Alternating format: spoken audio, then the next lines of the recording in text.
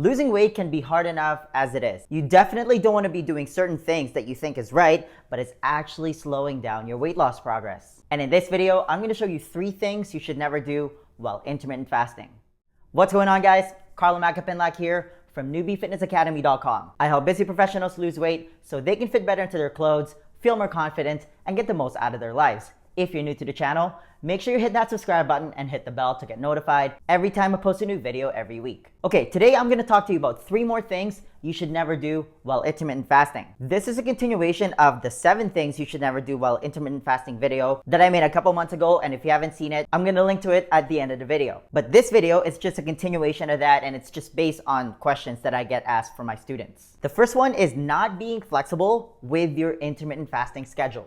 So, we are all creatures of habits. I get that. We like a routine. But some people like to crystallize and immortalize the intermittent fasting schedule that they follow. They identify with it and then they don't really want to try other things. And it's kind of the same thing with diet, right? So you've got the vegan community, the keto followers, the paleo followers, all the way down to people who follow the carnivore diet. And it's kind of the same thing with people who follow intermittent fasting. So you've got the lean gains crowd, so the 16-hour fasting crowd. You've got the warrior diet crowd, you've got the OMAD crowd. So these people, they identify with a fasting schedule and they don't really veer away from it. But that can be a double-edged sword. The problem with that is if you're not flexible with your fasting schedule, you're actually closing yourself to possibly getting even better results. Because being flexible with your intermittent fasting schedule is an unbelievably powerful way to break through a weight loss plateau. Yes, weight loss plateaus happen with intermittent fasting as well. And there are many factors that contribute to a weight loss plateau. Like how much sleep are you getting every night? What kind of diet are you following? How much stress are you dealing with in your life right now? What kind of foods are you eating? I'm talking about the quality of the foods that you're eating. What type of workouts do you do? Right? Like there are many factors, but one of the best ways to break it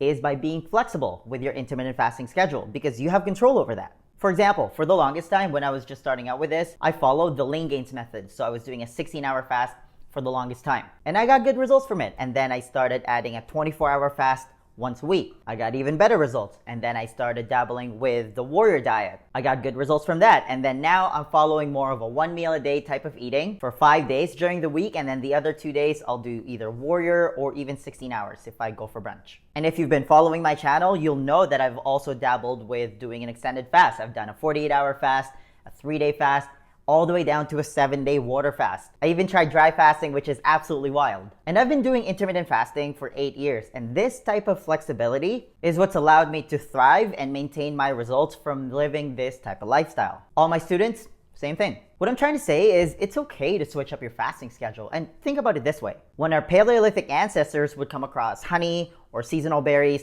they wouldn't say, oh, sorry, I can't eat that, I'm still fasting. No, they would eat it. When they're hunting for animals, sometimes they would catch an animal first thing in the morning. Other days, they wouldn't catch one until the afternoon. Some days, they wouldn't catch an animal at all, and they would be forced to do an overnight fast. Do you know what I mean? Like, that sounds an awful lot like the intermittent fasting schedule flexibility that I'm talking about here. Number 2, you're not being flexible with your meal times. Now, this sounds kind of similar to not being flexible with your intermittent fasting schedule, but this one deserves its own point. So a lot of people who do intermittent fasting fall in love with eating at night, especially if you do a warrior diet or a 1 meal a day diet. You naturally just tend to eat at night, but keep in mind that that is not set in stone at all, by any means. And I've kind of developed a rap as the anti-breakfast guy, but that's not true. I love breakfast food. I also love brunch. I sound super basic when I say that. Now, personally, my schedule just works out in a way that it's better for me to eat around dinner time as my only meal, especially again when I do a warrior diet or 1 meal a day, just because I'm busy throughout the day. But again, that's not set in stone.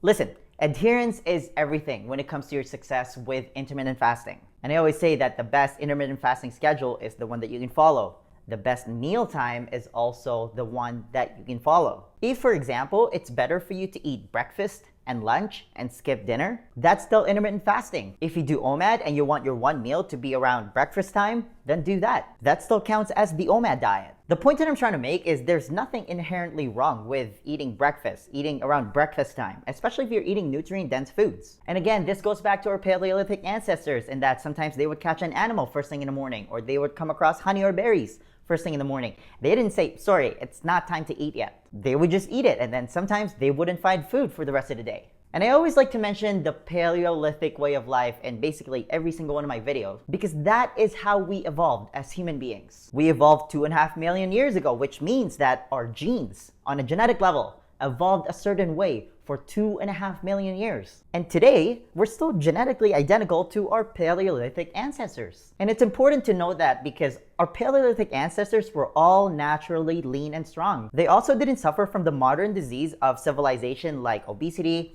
diabetes, cancer, and cardiovascular disease. So it's really all about modeling our eating pattern as close to our Paleolithic ancestors as possible. And this advice goes against conventional wisdom, right? From the bro science community of eating 6 meals a day. But hey, now you know better. Number 3, stop consuming calories during your fast. And this should be an absolute dead giveaway, but it's come up a lot recently, so it's worth addressing. I'm talking specifically about adding butter, MCT oil, and coconut oil to your coffee. This is also known as the Bulletproof Coffee. And I'm gonna get a lot of hate from the Bulletproof Coffee community here, but hear me out before you start throwing stones my way. I'm not saying that Bulletproof Coffee is bad, okay? I've tried it, it's absolutely delicious. But whether you should drink Bulletproof Coffee or not depends where you're at with your weight loss journey. For example, for me, personally, I'm perfectly happy with my current body composition. I'm happy with my body fat percentage. So right now, I am in maintenance mode. So for me, I can probably get away with drinking Bulletproof Coffee. But if you're someone who's got a lot of weight to lose, you should not even be thinking about drinking Bulletproof Coffee. Yes, I get it. It technically keeps you in ketosis, so you're still getting a lot of the benefits from intermittent fasting. But when you drink this stuff, your body has to process all these fat calories that you're ingesting, which means that you're breaking your fast. According to this one article, for example, Bulletproof Coffee has about 440 calories. That's 440 calories that your body has to burn before it can get back to burning your own body fat. And if you have a lot of weight to lose, wouldn't you just rather be burning your own body fat during your fast? And I'm a numbers guy, so let me paint you a better picture here. Let's round up those Bulletproof Coffee calories to 500 calories, just to make it easy. If you drink Bulletproof Coffee every day, that's 3,500 calories. So that's 500 times 7, that's 3,500 calories in 1 week. 1 pound of fat is also approximately 3,500 calories. You are preventing yourself from losing approximately 1 pound of body fat per week if you drink Bulletproof Coffee every day. Multiply that by a few weeks and you're gonna start seeing the compounding effect of that. Again, I'm not saying that Bulletproof Coffee is bad, okay? It really depends where you're at. But don't self-sabotage your own progress just because Joe Blow told you that you should put butter in your coffee. A happy medium with this is, okay, you can drink Bulletproof Coffee, but drink it during your eating window. During your fasting window, stick to 0 calories. And if you stop doing the other 2 things that I just mentioned earlier in this video, you're gonna be well on your way to losing all the weight that you wanna lose. The next question then becomes, how are you actually supposed to eat if you wanna lose weight? Because here's the thing, 80% of your body composition is determined by your diet. You can't just freestyle this part. Do you have a proven plan that you can follow? To help you with that, I wanna give you a free copy of my Lean Body Blueprint. This is how I melted all the fat around my stomach without depriving myself of my favorite foods or wasting hours at the gym. It's a simple 4-step process specifically designed for busy professionals, and it's the exact same blueprint that I teach to all my private coaching clients, and they've all gone to see some amazing results. If you want to be the next success story, then download your free copy of the Lean Body Blueprint right now. There's gonna be a link somewhere at the top here or in the description box. Just click on it, type in your email, and I'll send it to you right away. All right, that's all I've got. Give this video a thumbs up if you enjoyed it and share it with your friends. Please subscribe to my channel if you haven't already. I post a new video every week. And hey, leave a comment below if you have any questions about this video. Thanks for watching, and I'll see you in the next video. Virtual high five.